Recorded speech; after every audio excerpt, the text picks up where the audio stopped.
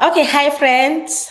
Welcome to Shiko Hope TV, and my name is Shiko Hope. As you can see, today we have a guest. We are going to do a different thing today. We have a guest.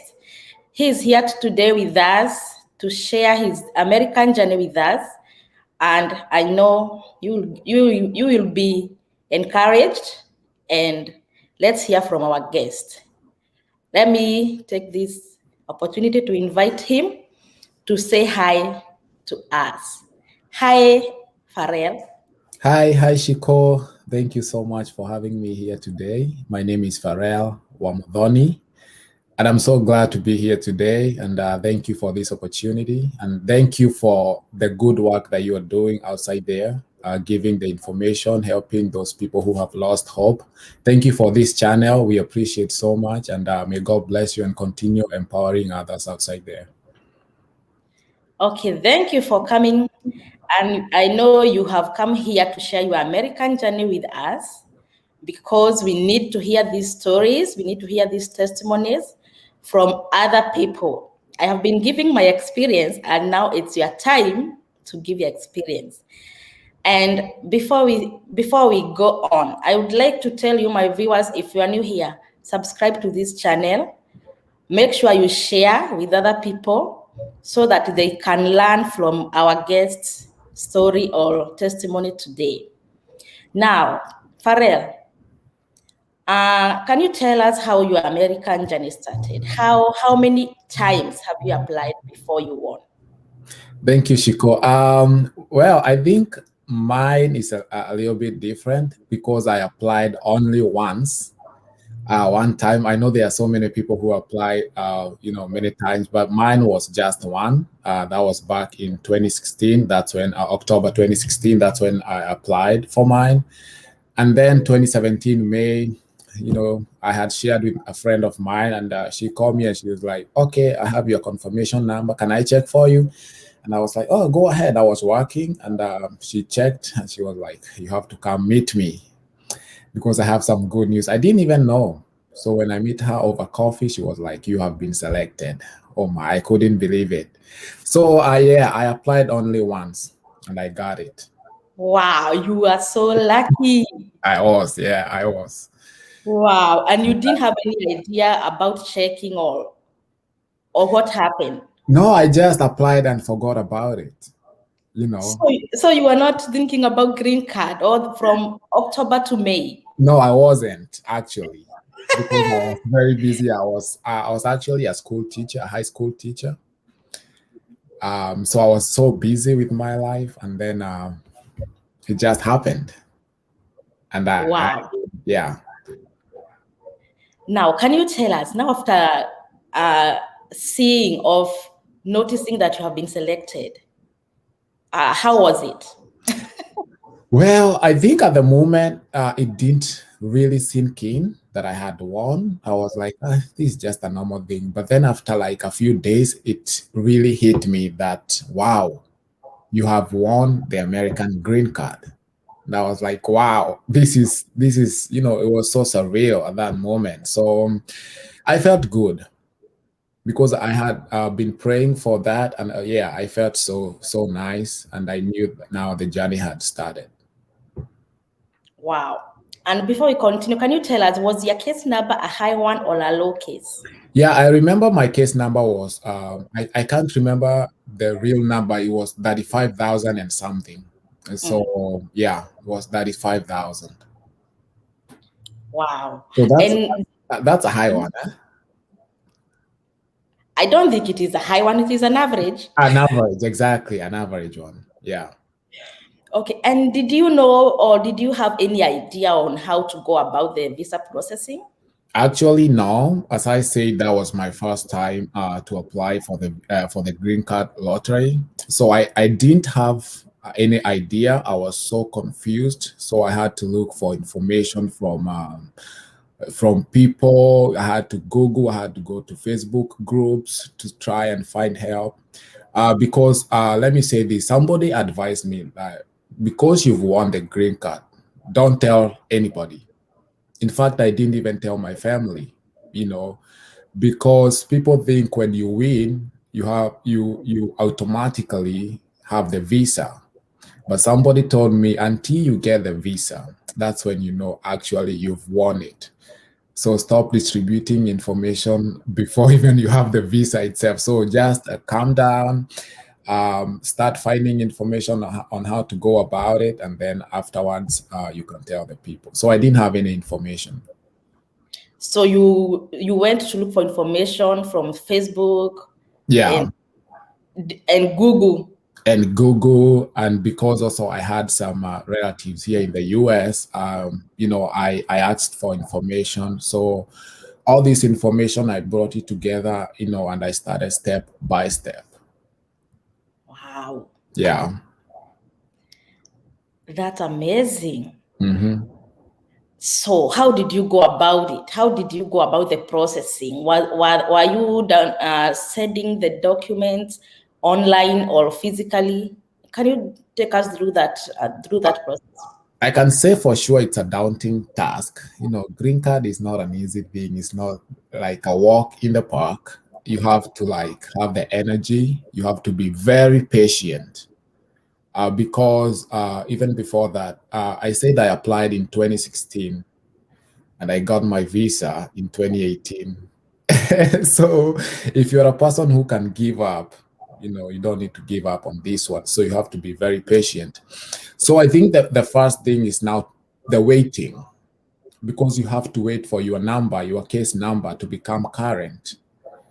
So we had some Facebook groups that used to update us every month when the visa bulletin comes in, and then you check if your number is current. You are like, oh my, still not there. So you have to wait until your case number becomes current. And so when it became current, that's when now you start the process, and then you receive the email. You start now they invite you for the visa interview. And so at the back of my mind, I also researched how much I need, for the whole process. You have to have money. It is not free. Green card is not free. You have to have money for your medicals, money for your visa interview, and so many other things. So, and I know, Shiko, you have explained well in your previous videos about how much you need. People can watch, and they'll know how much they need. Yeah. So the first process, when you get your email, and then that's how the process starts. You schedule an appointment with the embassy. You have to fill the DS-260. Is that what it's called? Yeah, the DS-260 form. You have to fill all your information. If you are single, if you're single, if you have a family, include them there. And you have to be very careful on how you fill it, because your visa can deny it depending on how you feel the DS-260 form. So then after that, you just go to the interview. Your medicals, and then the interview. Wow. Yeah. And can you tell us, were you single when applying? Did you marry between application and the result, or you are still single even after the results? Yeah, I was single when I was applying. I was still single when I was going for the interview. Yeah, so the whole process, mine was very simple. Not very simple, because I didn't have a lot of people who were dependent on me. So yeah, I was single, and I applied the whole process as a single person. So I didn't have a lot of people to add on my DS-260. Yeah, and also you are so lucky because you didn't spend much on the Oh process. yeah, so yeah, I didn't spend so if it's like $330 for the interview, that was it. If it is $240 for the medicals, that was it. Yeah. Wow. And can you advise a single person who wins and then he decides to add another person in a Yeah, I fake yeah, relationship? I think so many people make that mistake, because now you've won, and then when you are applying, you said you are single. That's what the government knows. and the embassy knows that you applied as a single person, then you get somebody and you marry them because you want to bring them here with you. That would be like, that is committing suicide. Like, you don't want to get a visa if you do that, because all the information that you filled when you are applying should marry or should relate to the information that you give in the DS-260 and everything. So your information should be streamlined. There should be nowhere that the interviewer at the embassy should have questions. Why did you get married this and this time? What happened? So I would advise the single people, if you applied as a single person, please remain like that. You can marry them later, after you get your visa, of course. Wow. Yeah. Thank you for clarifying on that. Now, tell us now your journey now. As you are leaving Kenya, now this is the day that you are leaving Kenya, heading to the JKIA. What was in your mind, or how are you feeling? Well, I was so excited, and I was tired because of the whole process, because I didn't know it would take 2 years for me to get the visa and for me to start the journey to, my American dream. Yeah. So that was when I paid for my ticket, one-way ticket. Can you just imagine that? One-way ticket. I'm not going to visit, I'm going to stay. Yeah. So, my family took me to JKIA. I'm the first person in my family to come to America. So it was so good. I was feeling good and I was ready to come to this land of opportunities and explore. Yeah, so I couldn't wait for the 22-hour flight. Yeah. Now, let me take you back a little bit. Uh-huh. The day of the interview. Yeah. Can you remember some of the questions that you were asked on that interview? Oh, yes. Yeah. I remember the questions. We got there very early in the morning. I think I was like third in the line. Yeah, security and blah, blah, blah. We were given some numbers. Then we paid. You first pay. The trick here, you first pay for your interview even before if you get a visa or not. So I paid for my visa interview, and then I was called to the window. A very nice lady there. So they asked me they asked me several questions. Why are you going there? Why are you going to the US? That's a tricky question, like yeah. So I was like, yeah, like I need to go and find new opportunities, and it's good to travel all around the world if you like go and see what other people do in other countries. And then they checked my papers. They asked me, because I have a medical background. I am an occupational therapist. I trained in Kenya. So they asked me, are you an OT, occupational therapist? I was like, yeah. And they were like, oh, well, you get a very good job there. Just go get into school and, get your money. So they asked me, where exactly are you going? I said, I'm going to Atlanta, Georgia. They asked me, do you have any person there who is hosting you? Yes, I have a person who is hosting you. What do they do for a job in the US? I told them what they do. Yeah, do you have tax transcripts? Yeah, they were there because they needed to see if that person can be able to host me here without struggle. So you have to they had to send me their tax transcripts. Yeah, so they asked me what they do, and I told them. And that was it. They said, we are approving your visa. Congratulations. So, congratulations. And they gave me that form. And you are like, wow. That's it. And they gave me a certain number there, my my registration number, and that was it. So once you are told congratulations, welcome to America, how are you? How are you feeling? Oh my goodness. Hey, I think I wanted to scream. It's only that I can't scream inside there. But the smile could tell it. And the people who were lined up, they were like clapping slowly, like quietly, because they knew the smile meant, and of course, the color of the paper meant that you had the visa, So, yeah, I was feeling so happy, so excited. And I knew that now the journey begins. The journey Now begins to right. America. Exactly. Wow. Now you have told us that you you applied in 2016, but you Yeah. managed to get your visa in 2018. Mm-hmm. So when exactly did you go? Did you come here in America? I came in October 2018, and I Okay. applied my green card in 2016 October.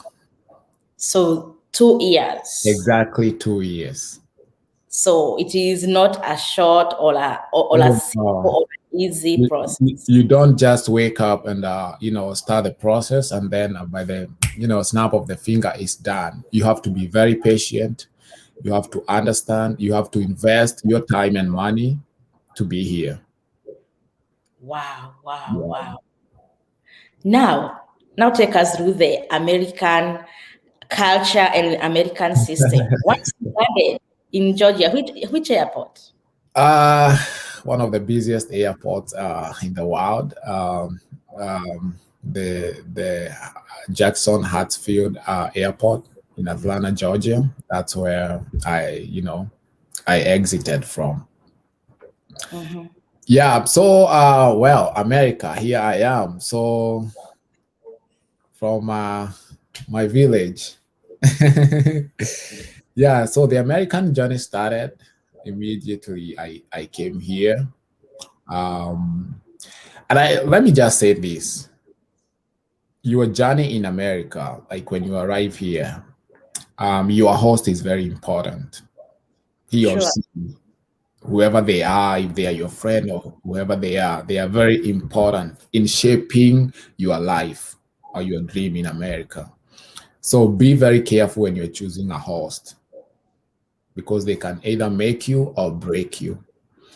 So my journey in America has been good, ups and downs. It's not a straight path.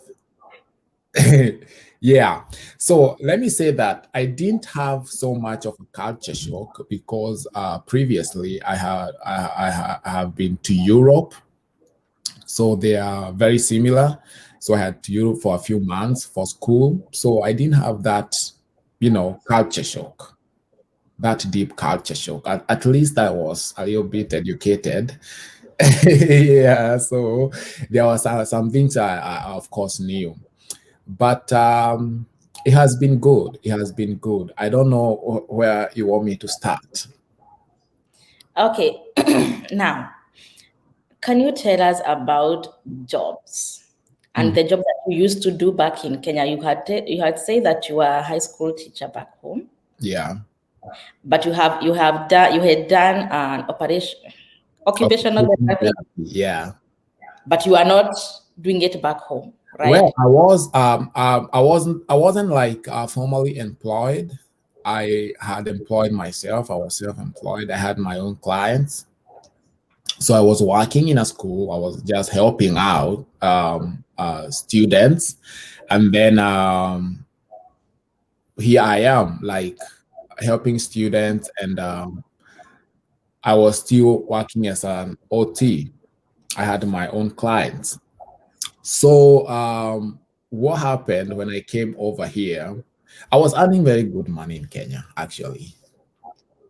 Yeah, I was able to survive. So when I came here, I was like, oh, man, I'm gonna be rich in some few months. This is America. This is the dollars. So when I came here, the first thing is to get your papers, your green card, your driving license. I learned how to drive. I think, of course, you talked about that in your previous videos. I got my social security, because you cannot get a job without your social security card. So I had within a span of 1 month, I was able, my host was able to get me through all those things. So my first job was a warehouse job. So I was here applying jobs for occupational therapy. So then they were asking, do you have a license? Yeah, I was telling them I have a license in Kenya. Well, this is not Kenya. This is the United States. Do you have a license to practice here? And I was like, no, I don't have, but I have experience. No, no, no, no, no. You have to go back to school to get a license. I was like taken aback. I was like, wow, I have to start from zero. So I had to look for a job to sustain me as I go back to school later, you know. So my first job was a warehouse job. Yeah, and hey, it was physical. Yeah, so we were making the roofs of these Mercedes. So it was very physical. Yeah, so that was my first job. Well, it was paying as compared to Kenya, you know, but then the expenses here are much more. So, can you based on yourself? I had worked in Kenyatta, in other areas. People back home think I'm a doctor, but I'm working. I'm working in another area. You can call it like I'm Jengo in Kenya, and people think you have a lot of money. You've become rich. They still call me a doctor, but alas, yeah, that's the reality. Wow, Yeah. interesting. Mm-hmm. Now, can you advise someone who is coming, who is on his or her way here about jobs, either to choose to say, I can't do this, I can't do this, I am a teacher, I am a whatever in Kenya. If I go to America, I'll exactly do that job. Can I you think give them you have to understand that, you know, what I would like to tell people, if you're coming here, you have to be open minded. Like here, you don't choose jobs. You have to eat, you have to pay your bills. Yes, like you need to work to survive. It's not like back home, you can go back to your mom, you know, borrow some money, have eat some food. Here, you have to survive on your own. Yes, of course there are a lot of jobs like manual jobs outside there. I don't think you can just stay here if you are a hardworking person and lack a job. There are jobs here, but don't choose. Yes, you are a doctor. Yes, you are a nurse. Find a job that will sustain you as you go back to school, as you plan to go back to school. And here, schools, they can support you, they can give you grants that you not pay back if you are a first time applicant, you know. So don't worry about that. You don't have to go for a loan if you're going to a community college. So find something to do as you go back to school and don't choose, do anything. Wow, thank you for telling us that we are not supposed to choose any job, Mhm. supposed to take what we have at the moment. Yeah. Everybody starts from somewhere, you know.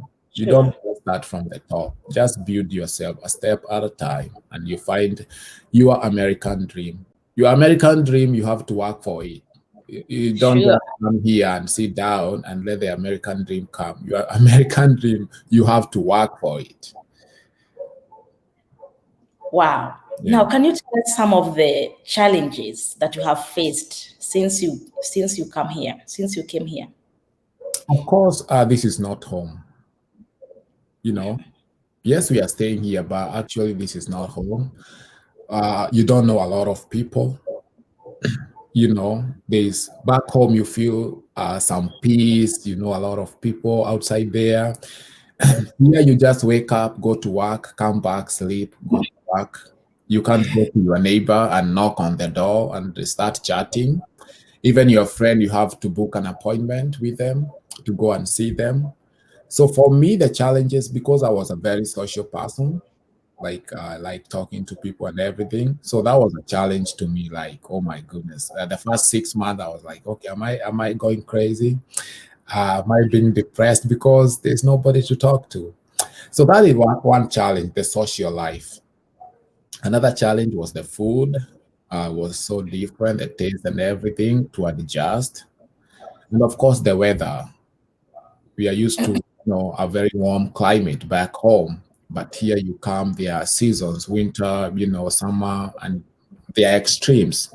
So it was hard to adjust, but now we have adjusted. You don't have an option, you know. Yeah, so you have to adjust to all those things slowly by slowly because this is now your new home. In as much as it's not your permanent home, but this your new home, you have to adjust. Wow. Yeah. And what about language barriers? Is English spoken by everyone here? No, not really, because we have America. We have everybody coming here. Like we have so many people from all over the world coming here. We have Spanish-speaking people. So sometimes not everybody speaks English, but it is the language of communication here. You have to learn, or you have to know how to speak in English for you to communicate effectively.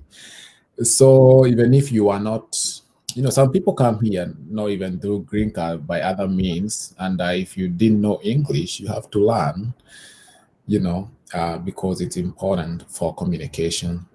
For me, language was not a barrier at all. Yeah, so English was not a problem to me. But of course, the way we speak, the accent, like sometimes people, it's hard to understand. It's hard for people to understand what you're saying. Yeah. So you have to really be keen and learn how they pronounce things so that at least you communicate. Yeah, sure. Hmm. Now, what about those workmates who can't and who don't speak English?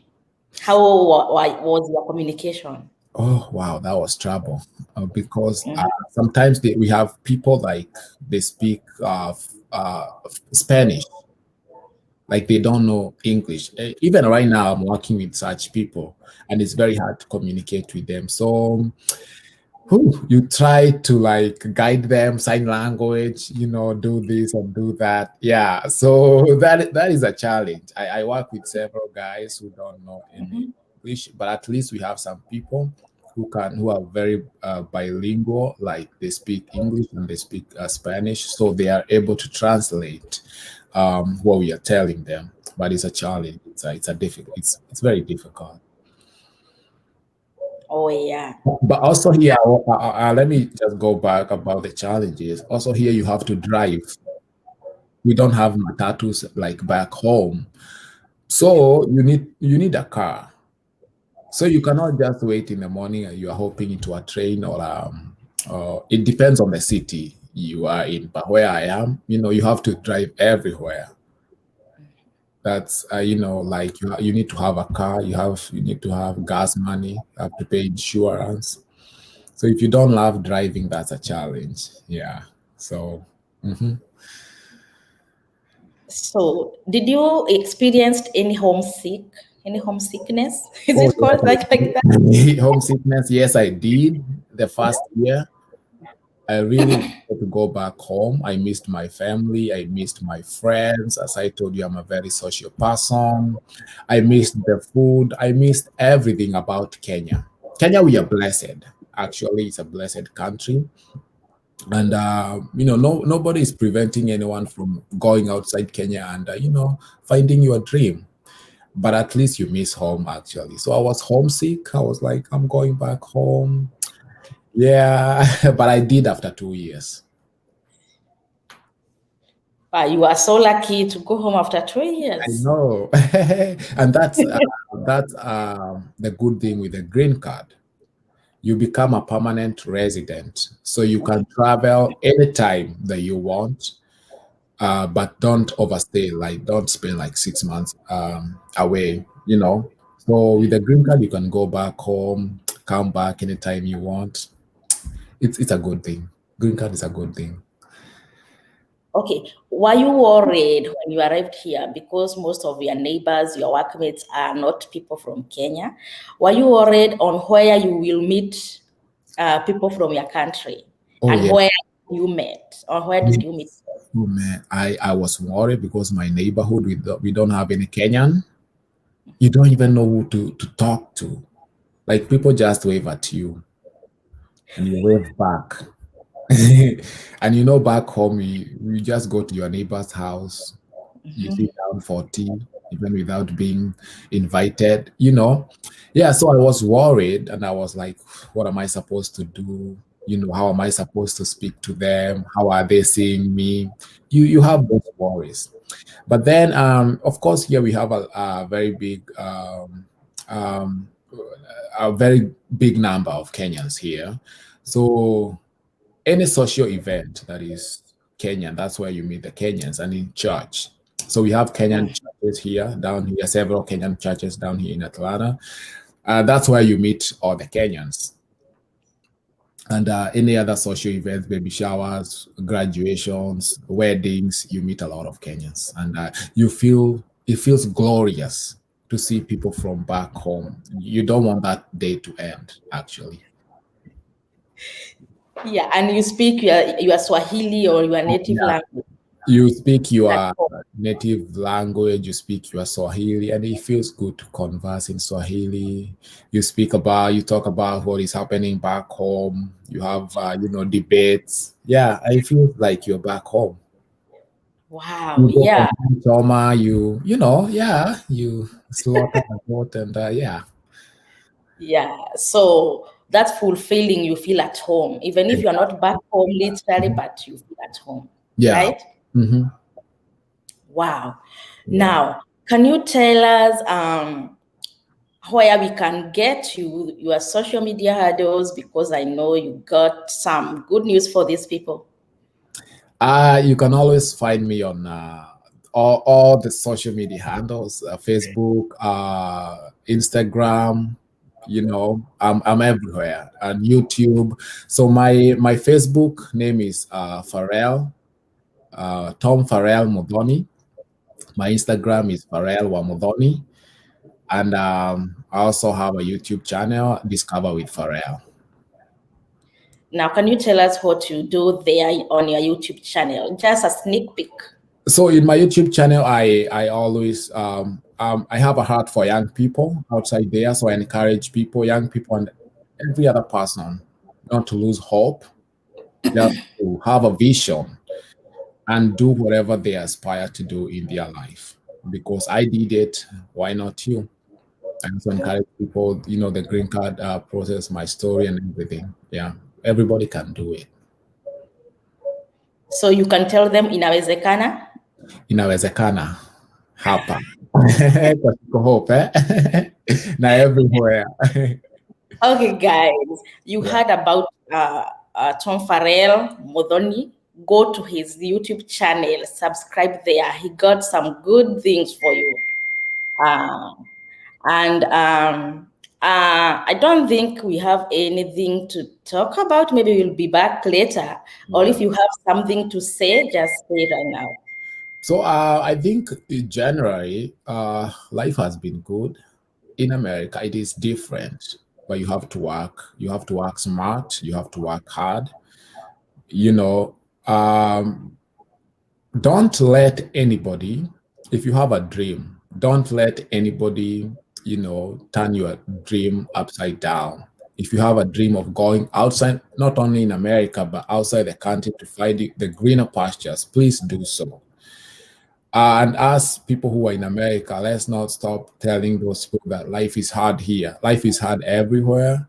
Let people come, let people find whatever they will find here, and let us all enjoy and, do our thing.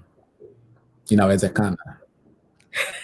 Hashtag inawezekana. Inawezekana, actually. We've made it, and everybody can do too. Okay. Thank you for coming to our show today, and you are our first guest. Wow.